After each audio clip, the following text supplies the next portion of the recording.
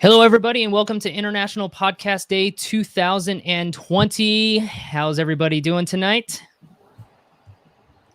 You guys doing good?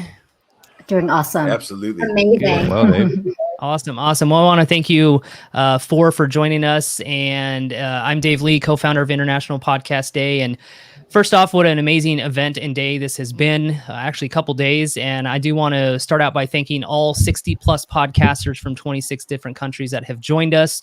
Without their talents, without their energies, without their efforts, and without their time, this event would not have been possible. So on behalf of myself, Steve, and the other individuals with International Podcast Day, I want to thank them. But I also do want to give a quick shout out to our sponsors of International Podcast Day. You can find them over at internationalpodcastday.com/sponsors.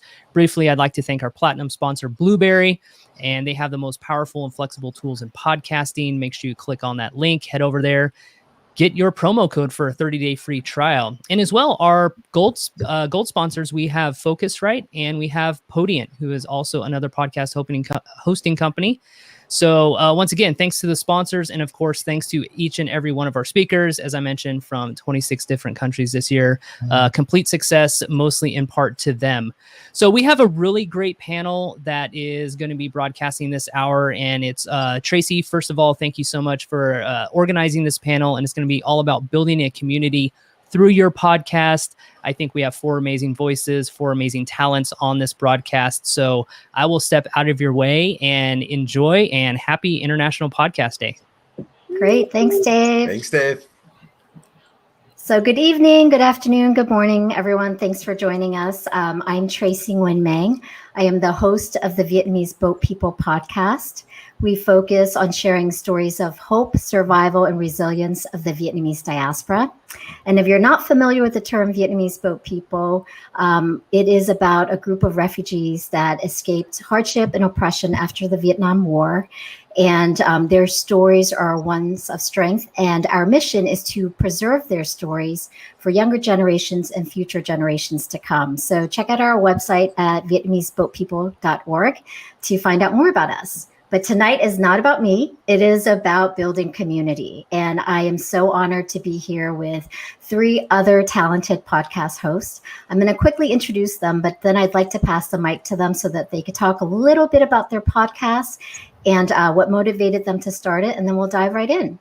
So first we have Adrian Brady Sassana. He is the host of the CX Chronicles. Hey, Adrian. Hi, guys. How are you? Thanks for having me, Tracy. Yes. And then we have Jerry Wan from Dear Asian Americans. And then we have Nehal Tiani from The Woke Desi. Hi. So Adrian, let's start with you. Tell us about your podcast. Sure, absolutely. So the name of my podcast is the CX Chronicles Podcast. After 10 plus years of working at a number of different venture capital startup companies, always in a position of having to put together the CX strategy or the customer facing voice or the customer facing team that had to think about phone calls and emails and live chat and tickets in any different way that you could think about how you have to talk to a company this day and age. That was really my thing. And after doing it again and again and again, I really kind of started to feel that there was something there. There was, number one, a huge area that was ripe for some much needed content in the form of podcasts. And number 2, sharing the story that all these incredible customer focused business leaders were thinking about every single day when they were either building their company or scaling their company. And a big part of why I put the CX Chronicles podcast together was to share some of those stories. So each week we have some incredible customer focused business leader come on the show. They talk about their team, they talk about their tools, they talk about their process, and they talk about the way that they collect customer and employee feedback. At this point, we've been at it for a while. We're approaching the 100 episode mark. It's been an incredible journey. We've had such incredible guests from amazing, global brands coming on the show and sharing their stories. So we're excited to dive into the next 100, but we're super excited to be here with all of you guys tonight talking about building communities. Great. Thanks, Adrian. Jerry, you're up. Hi, everybody. My name is Jerry Wan. I am the host of the Eurasian Americans. We've been around. We started the show just before the pandemic hit on March 2nd, which is I started on my daughter's first birthday. And why that's important is we share Asian American stories that I wish I had growing up. So I was born in Korea. We moved to the States when I was 8. And even though I lived in very diverse communities, I don't think we had as much influence from people who were doing things outside of your traditional jobs that Asian American parents expect you to have. And so now, sitting in 2020, we have a lot of friends doing a lot of various amazing things, like those of us sitting in, hosting podcasts here. And we have the podcast platform to share those stories out. And so I really wanted to create stories where we would talk to everyday Asian Americans. Doesn't matter if they're famous or not, or if they're doing, amazing things, but everyday stories starting with how your family moved to America. And so, just like Tracy's show focuses on Vietnamese refugees and their descendants, we have some folks whose stories, immigration and refugee stories, and their journeys differ greatly from how my family ended up here.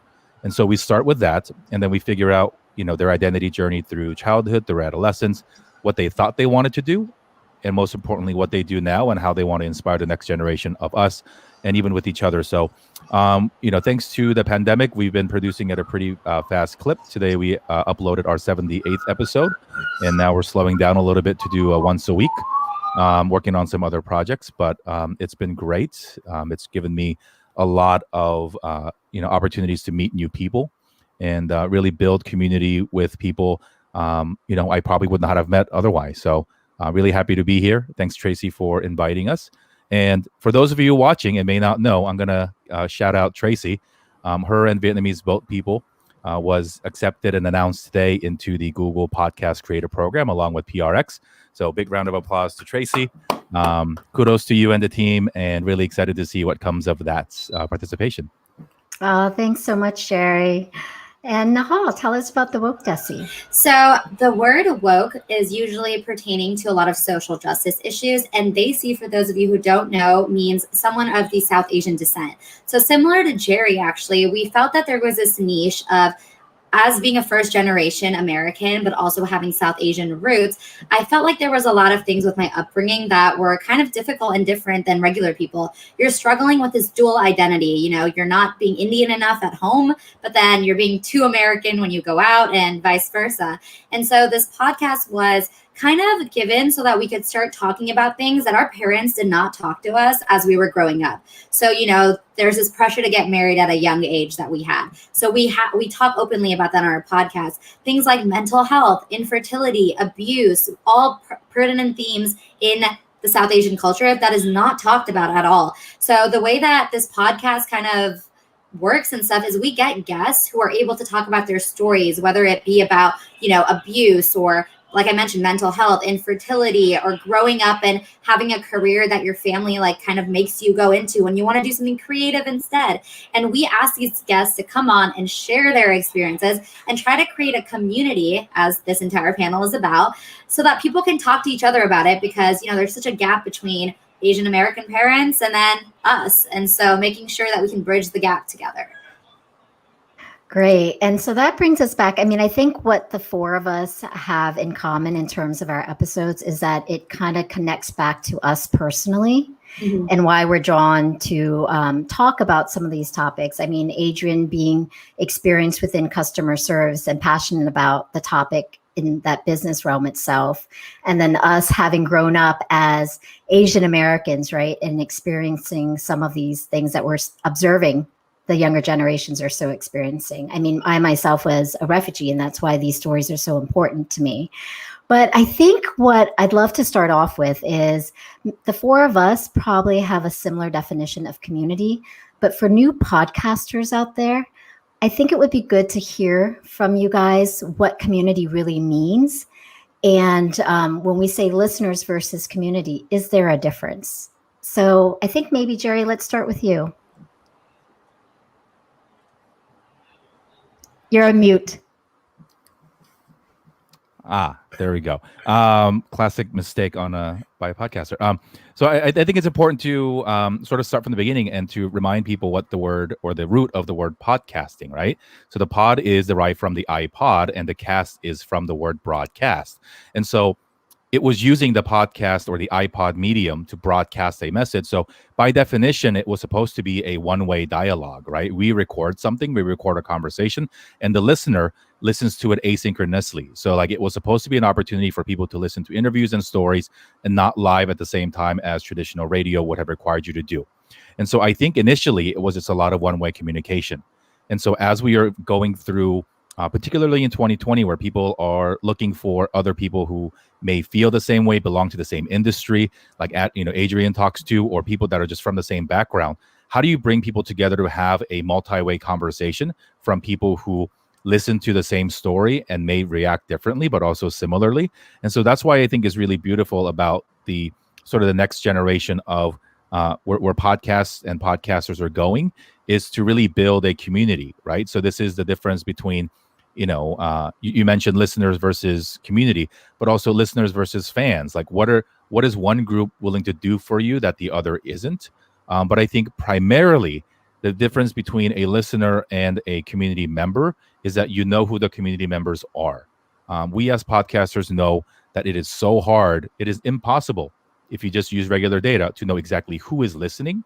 So you can go on, Chartable or whatever and get these fancy stats and say, I have, 1,000 listeners. Cool. Name one person. You can't, right? Maybe yourself, maybe your family, but like outside of that. And so if you want to know who your customers are, and they are our customers in a way, because we have a product that is a form of a medium. And so that's where I think the identification of who is actually listening is the most critical important, so that you can survey them and you can say, is this what you actually want? Should we switch things up? Who do you want to hear from? What should we talk about? Nihal? I actually agree with you for the most part, but my definition is a little bit different, only because I think social media plays a really big role in community. So I think a listener is someone who just, listens to your podcast and it's for themselves. But I think a community is you listen to lift each other up, talk about like-minded issues, and have someone there to talk about what you just listened to. And so when I was mentioning social media, I think that's a great platform and forums and stuff where people can take what they listened, talk to other members of the community, and band together over a certain issue, whether it be growing up Asian American, whether it be social justice issues, or anything like that. Having a community allows you to go away from just making it about yourself and internalizing everything you hear, but also allowing yourself to communicate with other people who might be feeling the same way.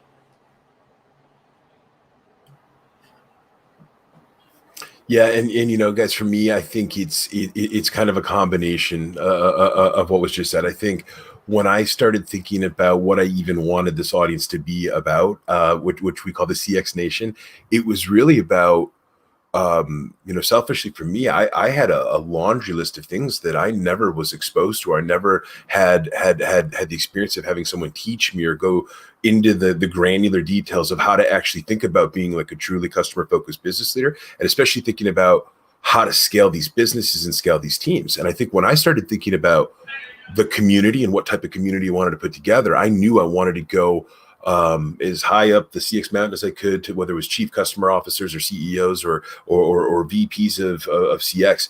And I wanted them to explain their story and tell exactly how they got to where they are today. And that created a narrative. And then obviously, as you did more and more and more of these episodes and more of these shows, then you start to hear all these trends, and then you start to get all these things that become validated by these experts, people that are incredibly successful and are doing big, huge things.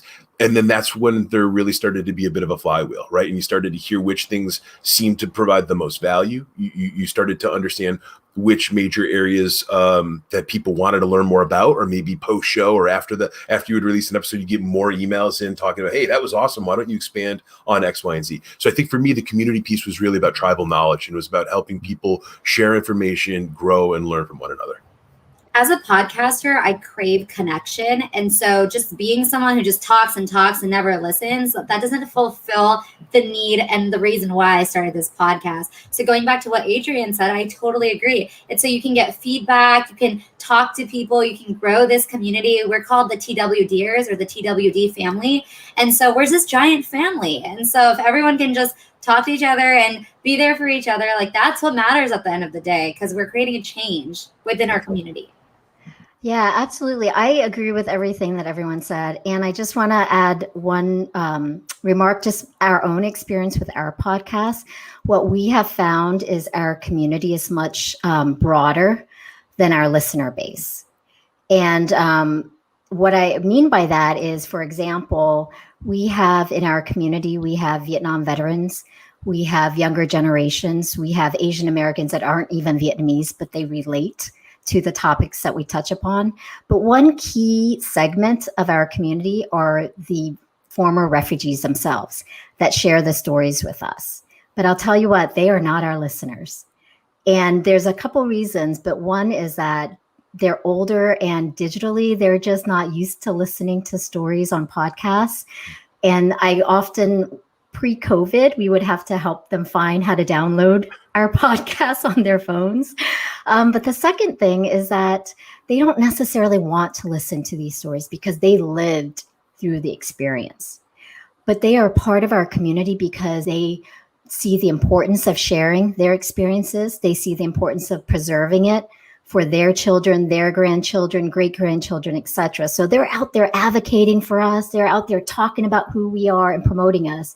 But they're probably not a huge chunk of our listener base. And so I think that what I love about community and what I'm hearing from you guys is that it brings so much value to connecting with your audience beyond just, communicating one way or broadcasting is how you put it, Jerry.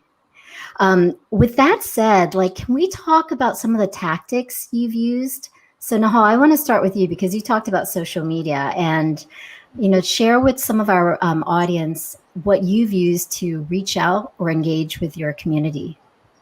Yeah, so there's a few different things. So one of them is our website. We have a forum on our website. And so every time an episode is put out, we'll put a link in our forum and people can actually have conversations. Like, what did you think about this episode? I either liked this or didn't like it. So that's one portion of our community. But our main portion of our community is definitely social media and content development. So making sure that we're posting every day with bite-sized pieces of content that relate to the episode. So people who are loyal listeners and who are part of our community, if they listen to the episode, they know that today we're going to be talking about it. So having discussion questions every day, we'll do polls on our stories. So many people participate. And the great part about this is, like you mentioned, Tracy, a lot of people who are in our community don't listen, but they'll participate on our social media polls and discussions. So they may not have listened to the episode, but just being there and participating makes them a TWD family member. And so I think that's really important to remember.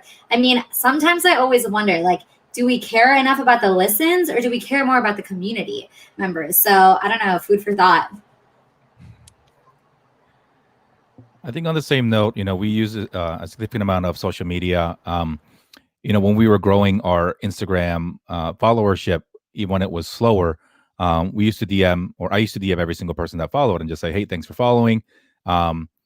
Similar to what the comments that were already said, because we serve a community that's frankly been through a whole lot of crap this year. We are trying to balance, and it's a constant struggle between, are we a podcast announcement platform where we're trying to promote our stuff, or do we accidentally end up becoming a place where people want to share and vent and commune together over shared experiences? And so, that's always been an interesting sort of balance that I think we're trying to match here. But growing a newer actual Facebook group where people are engaging. Of course, it starts with your primary circle of friends and people who follow you. But we also have places.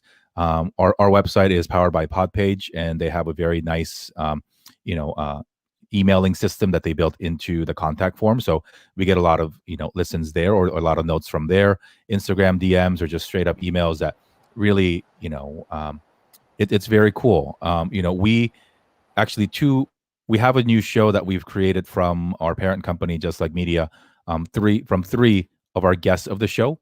And all those relationships started.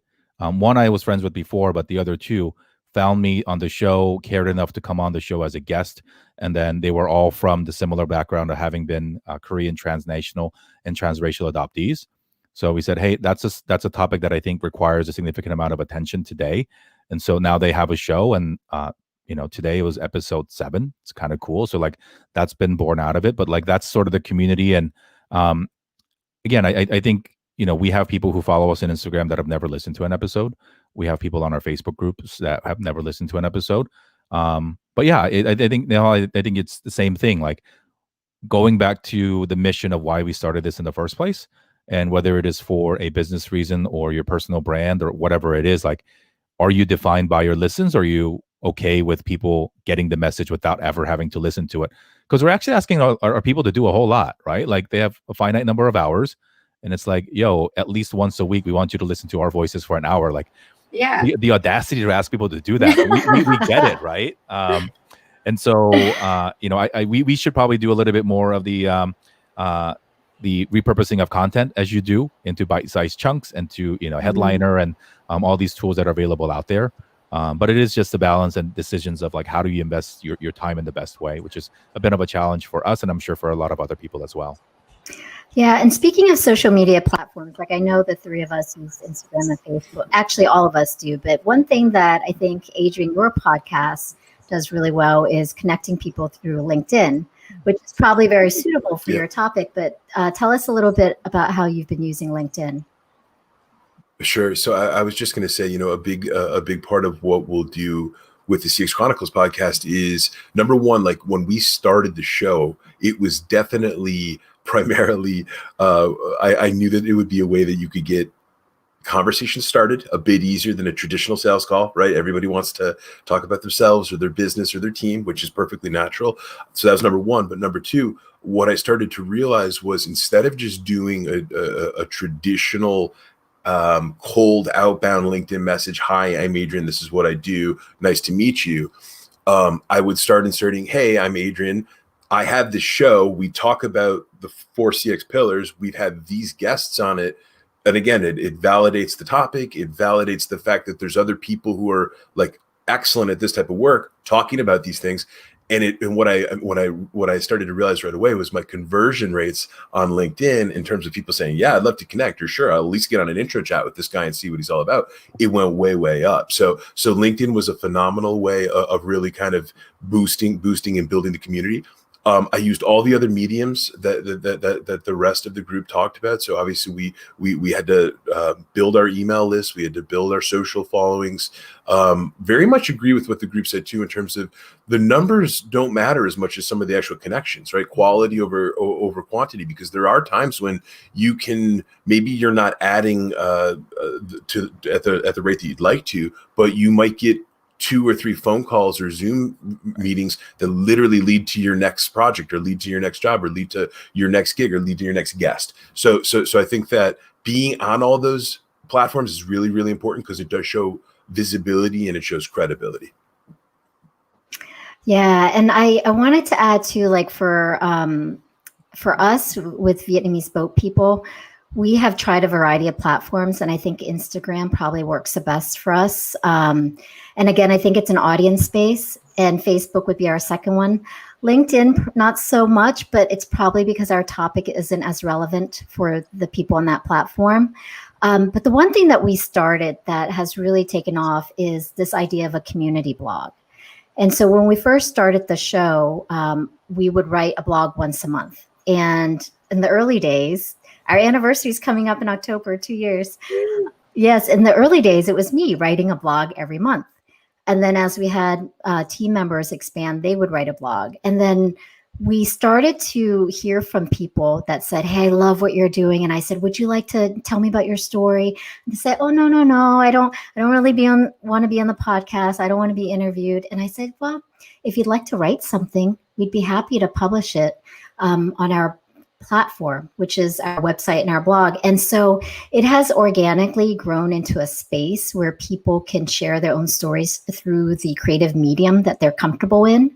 So whether it's writing, poetry, sometimes we do art exhibits on our blog where we'll show a couple of drawings and we'll share who the artist is. And now we're at a weekly publication, and it's been a great way for people to just share what they're about and use our platform to be able to present themselves and their points of views and their thinking. And we don't censor it. We do grammatical checking, and that's quite about it.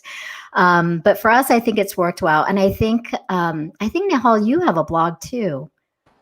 Yeah, so I have a personal blog, of course, but on the Woke Daisy account, we also do something really similar. We have submissions, so people can submit their story. Like you mentioned, a lot of people are not comfortable with being on a podcast because they're afraid that they want to stay anonymous. We deal with a lot of hard topics, as I keep mentioning, that people are not comfortable sharing. And so giving them this platform to have blogs helps kind of both people. They have someone to talk to and let their emotions out on a piece of paper that people will actually read.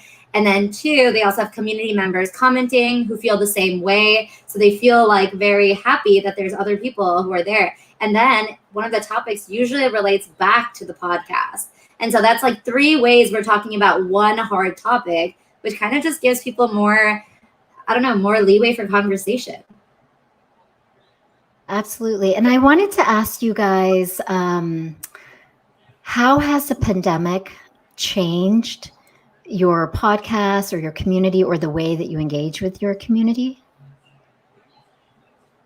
I can start. So for me, definitely, I think pandemic has been really weird. Okay, honestly, if I'm going to be honest. At first, there was definitely like a hit in the numbers of listens, which also led to less people in the community because people were just not sure what to do. And, podcast consumption in general went down. So getting our voice out there was difficult.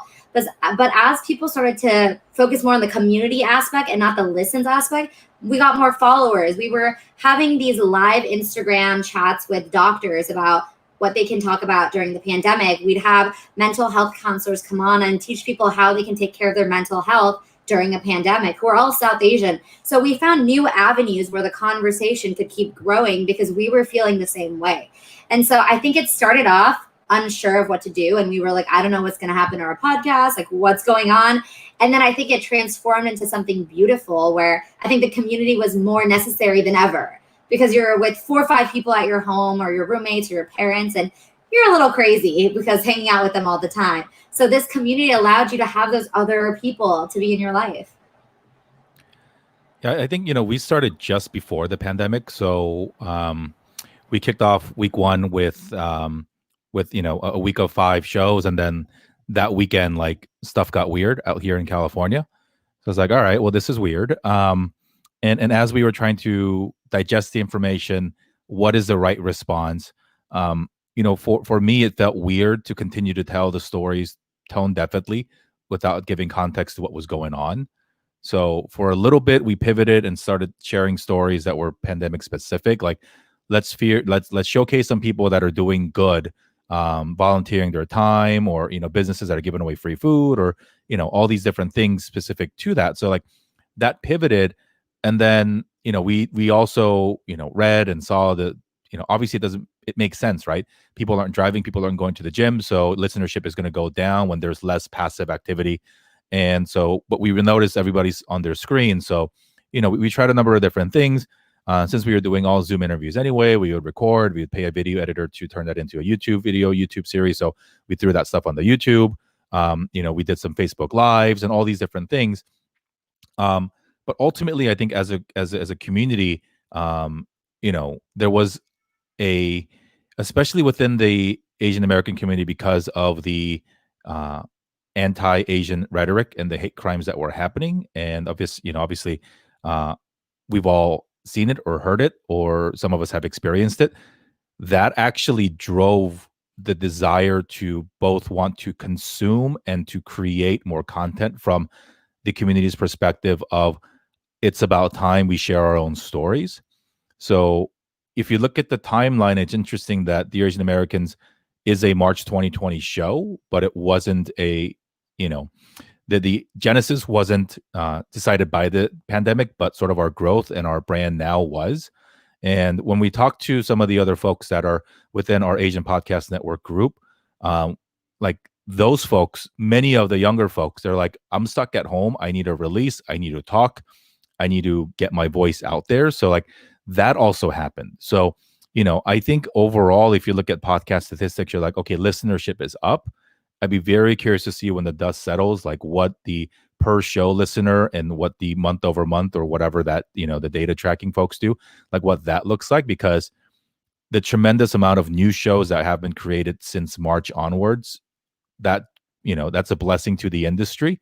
But those are all, many of those shows were started purely because people had extra time, people had extra resources, energy, frustrations, a need to vent. So I would say that we see a lot more activity within not just our show, but fellow shows and friends who it's weird now when you're like, wait a minute, you've had your show for 2 years. Like, that's rare now, because a lot of the shows that you're starting now, and I hope, and if you're listening and you're one of these new folks, please don't quit. Find a support group, find friends, figure out how to outsource the stuff you hate, like continue on the journey, because it's beautiful.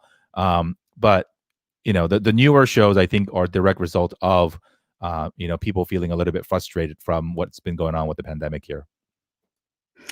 Yeah, and I would say it probably went through a wave. Like, I agree with you. I think when the quarantining first started, because I think a huge part of the listener base is people who are commuting, or people who are, like you said, going out for runs, walks. So I would say it probably made a dip when that stopped. But once we realized that this was going to last longer than we thought it was, I think people started kind of going back to podcasts and audiobooks and stuff. One thing that you said that struck me was that, you didn't want to be deaf to what was going on. And this is something that our podcast was kind of wrestling with, because, we're very niche. And for me to try to weave in what's going on today to the historical stories, it can be challenging. Mm-hmm. So it wasn't necessarily happening in the few episodes that we published right away in March. But what we were doing through our social media was sharing content around this topic, encouraging people to contribute to our blog, to tell us what they thought about, Asians being discriminated against because of COVID, or what they thought about Black Lives Matter and how Asian Americans should be allies to that. So we were using our platform as a way to get people to engage and share their points of views through our blogs and our social media, even if we couldn't use the actual episodes itself. So that was kind of how we connected with the community during the time. I do want to just kind of segue us. And before I do that, I want to tell our audience that we do have somebody that's monitoring the chat. So if you have any questions for us as a group or for any individual podcaster, please type it in, and I'll be happy to pause at any time to take some of those questions.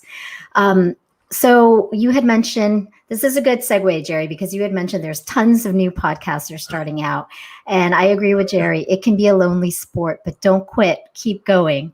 I think Adrian might be our seasoned one among the four of us. So I'm going to start with him on this question. So Adrian, if you can kind of think back, because you're about to publish your 100th episode. Yeah. What is your biggest lesson learned, whether it's a win or a loss? I think, so Jerry said something about the journey being the fun part, right? I think one of my absolute favorite podcasts that got me really into the world of thinking and knowing that I could do it and I could build an audience, I could build a community, I could talk about the things that I knew really well, is Mike Dillard. Mike Dillard is one of these guys that maybe people haven't heard of. Entrepreneurs and business people, you should listen to him, because the guy's got some incredible content and he's built an incredible network of people that know so much about business, and they help entrepreneurs.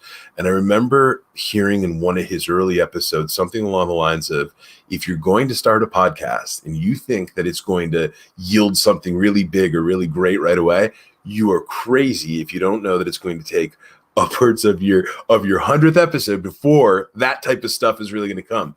And I think I always sort of I remember that, and I always held it in the back of my pocket. And the truth is, great stuff comes way before that, because just by way of who you meet, who you get to know, what you learn along the way, the confidence piece, even people that are seasoned in their own trades and their own crafts of what they do, right? When Tracy, you and I have talked about this a bunch of times, when you have to go out on a limb and you got to do all this stuff that you've never done before, it's like an incredible growing experience, number one. But number two, then the next time something comes up where you're like, can I do that or should I do that? You already know that you can figure it out. You already know that you're going to be able to fit, or you've built a network so big that you've already got a friend now who can actually help you through those steps. So I think that's a couple of things. But the biggest challenge it's absolutely the persistence piece. You've got to know that there is going to be major ups, major downs. You're going to have people say yes to do shows. People are going to say no to do shows. Some people are going to love your show. Some people are going to think that your show is no good at all.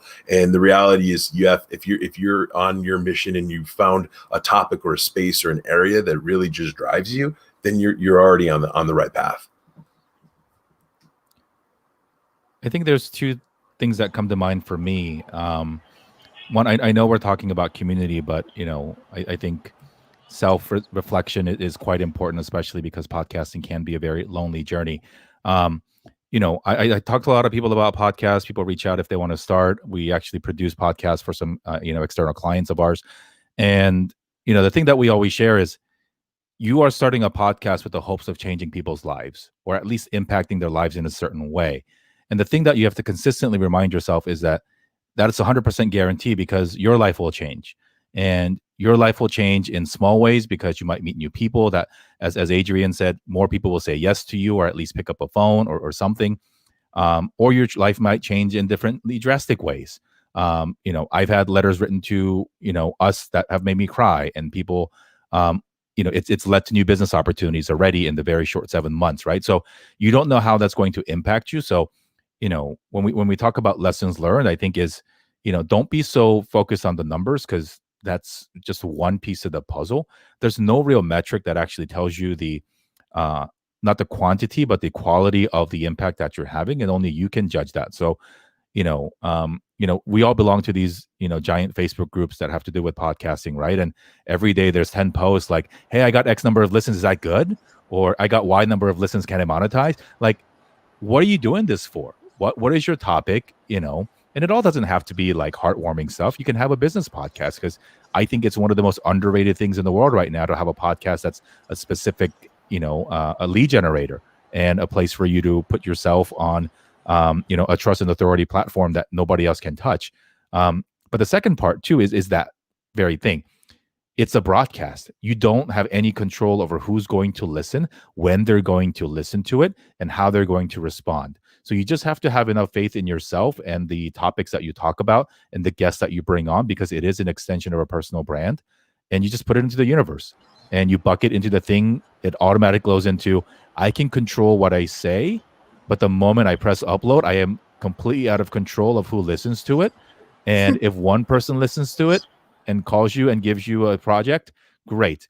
If 1,000 people listens to it and there's crickets, cool. 1,000 people heard your voice, right? So you control what you can control. Please don't get focused on numbers.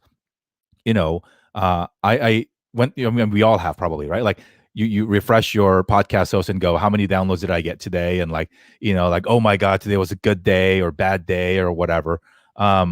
At the end of the day, that doesn't really tell you what the impact was. So, and then again, you're achieving, congrats to Adrian on getting to 100 episodes. Like that signifies probably 400 to 500 hours of work. And it may not sit on a resume, but it's something that you can be proud of. You can share that story, and has and will continue to change folks' lives. So, control what you can control, and leave the rest up to the universe to surprise you in fun ways. I completely agree with both of you. For me, the biggest learning has been, don't compare yourselves to people. I think that, when you think of an idea, you're like, this is my idea. Like, I got this. And then you see other people in the same niche trying to start their podcast as well. But you need to remember that no two podcasts are the same. And there's no way that they can be the same. And that is one of the biggest things I've learned, or the biggest piece of advice I can give, is that there is room for everyone. Podcasting is one of the most booming industries right now. And everyone wants their voice to be heard. And going back to what Jerry was just saying, you have a voice and someone is hearing it, if not you are. And so that's not worth comparing yourself and putting yourself down to looking at a competitor podcast and saying, oh, they have higher numbers, they have this. But no, are they delivering the same way that you are? Are they touching the same audience you are? Are they making the difference that you want them to make? That's just a you thing that you need to not compare yourself. So can you share with us maybe something that you tried for your podcasts or around building community that just totally flopped? And maybe it's something that others can avoid? No one wants to start this one. All right. I think, okay, so I'll start. For me, I remember in, say, the first like 6 months, and again, we all have very, very different shows, as everyone has already learned. But for me, on the business end, it's difficult to get, say, a C-level executive to want to come on your show when you're in the first 10 or 15 episodes. And I'm just, that was my experience. That could be totally different for someone else who's more powerful than me in terms of getting those C-levels interested. For me, I realized that it took literally 10, 15, 20, 30, 40, 50 episodes to touch those people. And what I do remember in the beginning was I spent so much, and Jerry, you're spot on with the 4 or 5 hour multiplier on each episode. But like, I would spend so many hours going after individuals that I hadn't built enough of a content base. I didn't build enough of an audience, and I certainly hadn't built enough of a name in the CX space to be able to even think that I was going to be able to get some of these chief customer officers or chief experience officers at these at billion or multiple $100 million companies. It took work. It took tons of time. It took getting senior managers, then senior directors, then VPs. Then once I got VPs, then I could start to actually get some SVPs and some C-level stuff. So I guess for me, one of the biggest things would be like, you want to shoot for the moon, but you also have to be realistic around how you're going to build this, and the fact that it's going to take a ton of work and a ton of time and a ton of building blocks to get to where you want to be. Something that didn't work for me was actually when we first started off. You know how critical the first couple of weeks are, 8 weeks are for your podcast, because you want people to write reviews and rate you. And so when we first came out, we kept asking people, hey, can you write some reviews? Can you rate us? No one was doing it. No one was down. And so we were like, okay, are we just not a good podcast? Do people not like us? But what we did was then we started teaming up with different South Asian brands that are small businesses. And we said that if you write a review, you'll be entered into a raffle and we'll give you something and pick someone at random. And, South Asian brands get exposure. And that's what worked. And so I think what doesn't work is asking and asking when you're only giving a little bit, but you need to make it like a two-way street. And so that was something that I learned. I think for me, a nice reminder, and it's funny, Adrian, you're the customer experience guru, right? Like, something hit me 3 weeks ago where I was so obsessed on producing a giant library of content because, we have plenty of people that want to come on the show. I have the time. It feels like a content quantity game at times, right? Mm-hmm. Who can, since you don't know which interviews are going to hit, you just throw as many against the wall, and it's the spaghetti trick. And we went from like erratically posting every day for periods on time, and for the past few months until very recently, we were twice a week, Tuesdays and Fridays. And I don't remember where I heard this. It was on a podcast platform, and it was basically a reminder that, have you ever actually thought what you're asking your listeners to do when you upload that much stuff? And so our interviews are between hour and hour and a half, when we're doing 2 a week. My wife doesn't even listen to everything we post, right? Because it's 3 hours, which are precious. And now these listening hours have to be active time because we're not doing passive activities. And so screw your numbers, right? Like, you're not losing half your listenership if you post half as much, right? You're going to then spend the same amount of time and money and resources on marketing the episodes that you have or doing something different. Once a week is A-okay, but think about it from the customer perspective. Give them time to catch up with you. Give them time to marinate. Give your guests the dignity that they deserve for a full week's of marketing, instead of 1, 2, 3 days. Now you're on the bottom shelf because I got to promote this new thing. And so like, that was a really critical lesson for me, because I think, again, as much as we'd like to think that we're not, we are swayed by vanity metrics and, milestones, because they're fun, but you shouldn't obsess over it, right? I know there are some hosting companies that will, email you and give you infographics when you hit certain milestones, and they're fun to celebrate. And when you get, add a digit, it's fun. But is that the reason why you started it? Sure, it's an indicator and a validator of what you're doing, but really, like, who is your customer? What impact do you want to have on them? And sometimes you just need to say, crap, like that's not, I don't even listen to other people's shows. So where's the audacity come from? And from our perspective and my perspective specifically, on the back of the Eurasian Americans, we've launched a company where we produce other Asian American shows and we're doing other projects. So if we have super fans, we're asking them to listen to, or at least check out and, give a try to these new shows that they may like. And so the amount of stuff that we were asking people to take on as their regular repertoire was getting too much. And so I think, if you're out there and your cadence is a little bit weird, or, one, stay consistent. Once a week is great. Once every other week is great. Just make sure that you stay consistent. But always think about your show from the customer perspective or the listener or the community member perspective, because it's actually not about us, right? Without the people who listen, we don't have a platform. So, and if you have a Facebook group, if you have a LinkedIn group, whatever it is, like, ask for feedback. It's the scariest thing in the world to do as a creator, to ask for feedback, because they're probably going to tell us some stuff we don't want to hear. But ask for it anyway, and then be humble enough to try to figure out if you want to pivot away from some of the things that aren't working.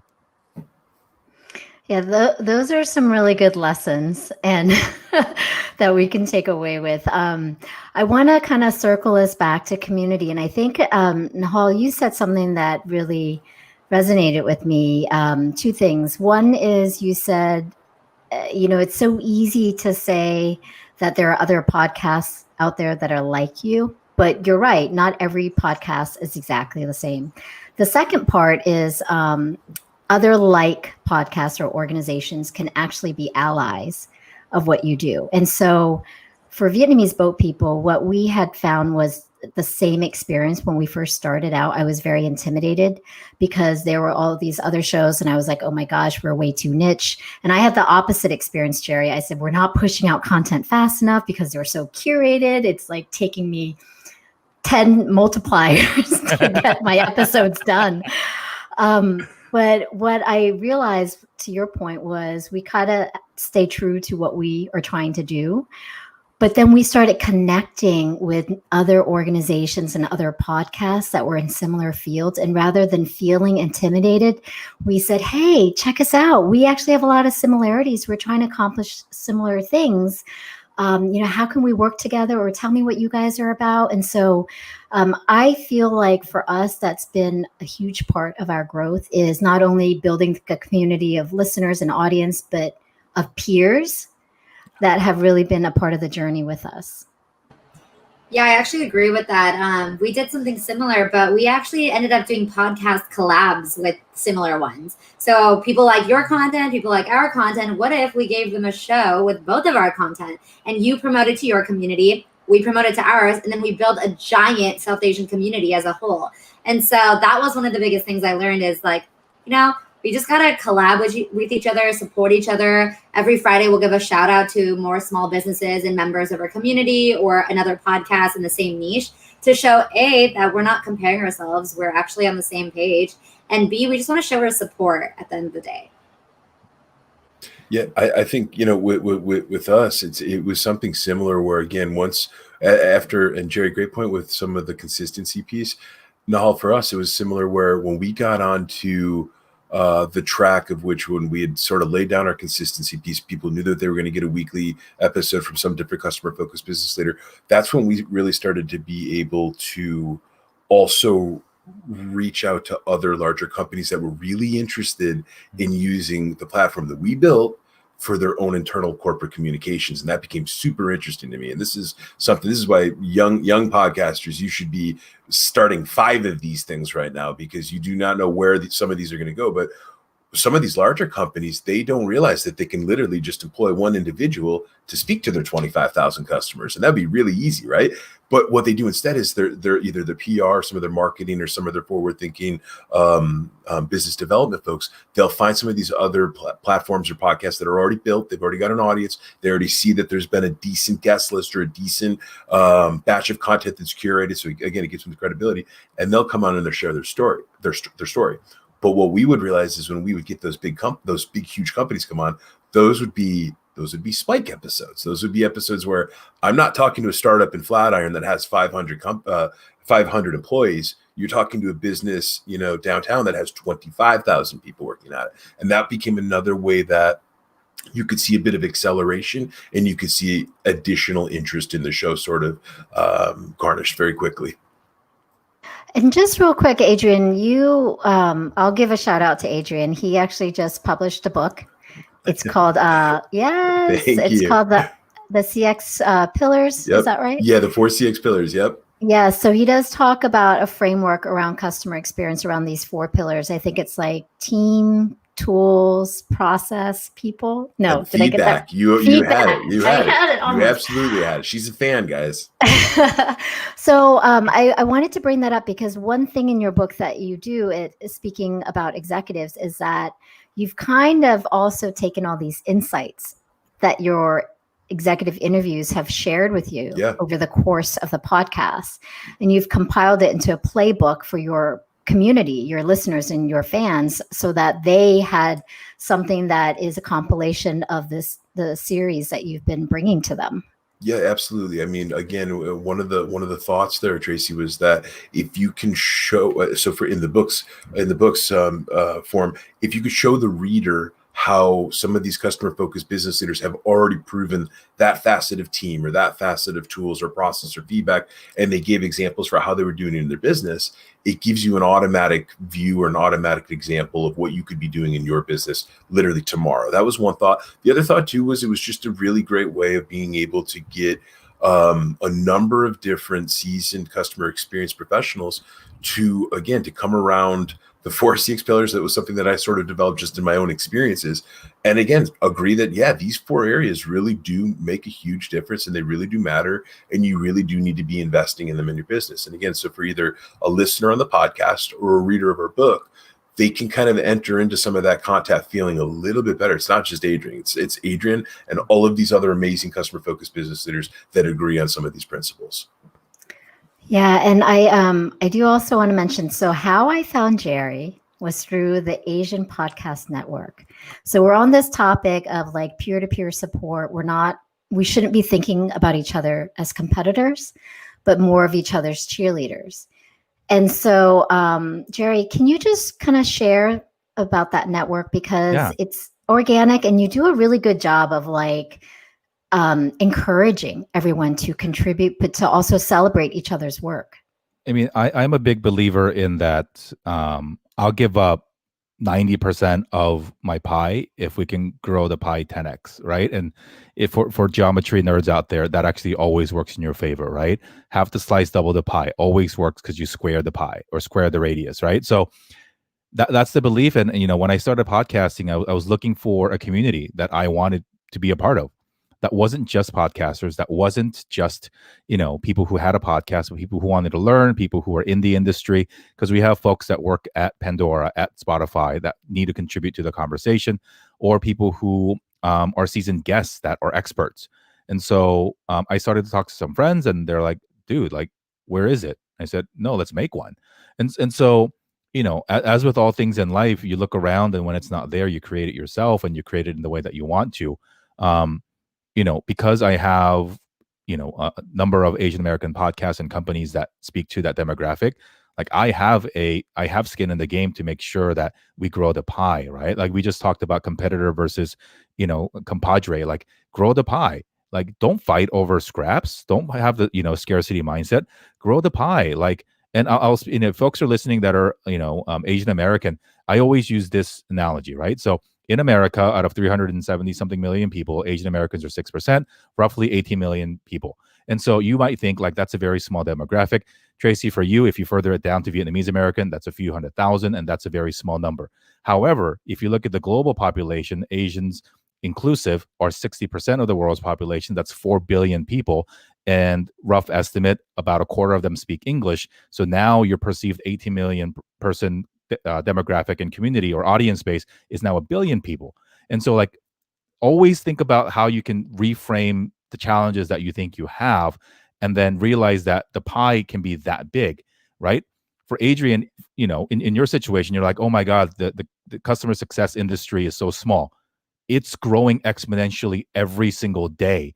Companies old and new are adding that role, right? So like your podcast has had a role in that industry growing. So you're sort of controlling your own destiny. So always look at it from a different perspective. And yeah, I don't want people to quit because it helps me too. So like it's good for the community, but it's good for me. And I have no problem saying that those both can coexist.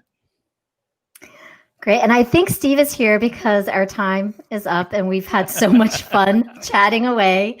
I didn't get to my last question, which is one word of advice.